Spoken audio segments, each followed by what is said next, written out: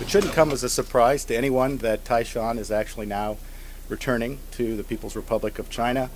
The National Zoo has a loan agreement that stipulates that Tai Shan would return. We can't tell you the exact date of Tai Shan's departure at this time because there are a number of factors that are outside of our control. First, there needs to be a CITES export permit that the U.S. Fish and Wildlife Service will grant, and then there are a number of logistical issues related to the transport.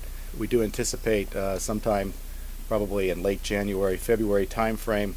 We'll know more as time goes on. I was heartbroken. Devastated. Yeah, I think devastated. I just think he's like our national treasure, and he's been such a gift. And so it's hard to think of him leaving China. We know he would always go back. I think it's hard to hear the news. I want to ensure the American people that Tai Shan will be given very good care. We welcome the American people to go to China to see him, and we will keep the National Zoo informed of his well-being in China.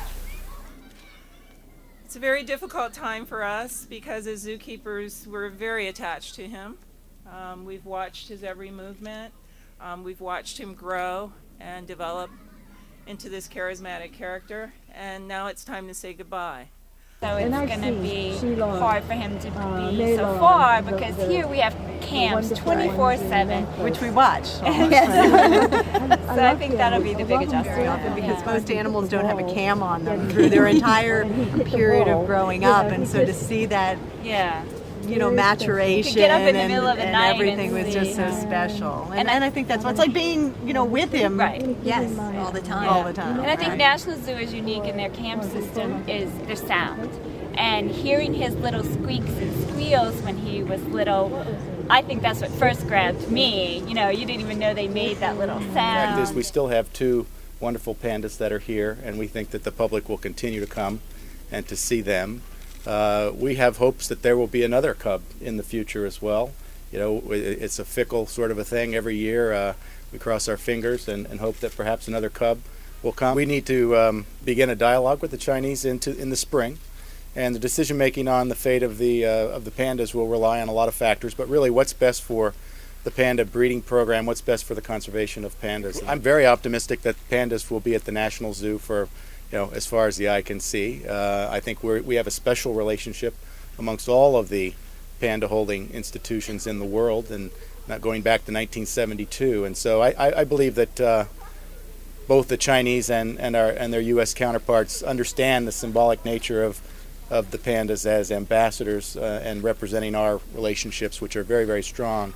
So yes, I think I'm very optimistic that we'll have pandas into the future. Each probably have thousands of pictures alone and post them daily on. It's going to be hard to look at them though for a while though.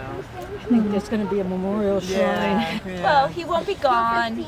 Right. He's still here in the world, and I think we would do everything we can to get information from China. He's into adulthood and perhaps We wait to find hear fatherhood. a panda, Right, a panda wife. Fatherhood, yes. I'm sure he would have adorable children. We will continue in our hearts to get ready for his day of departure.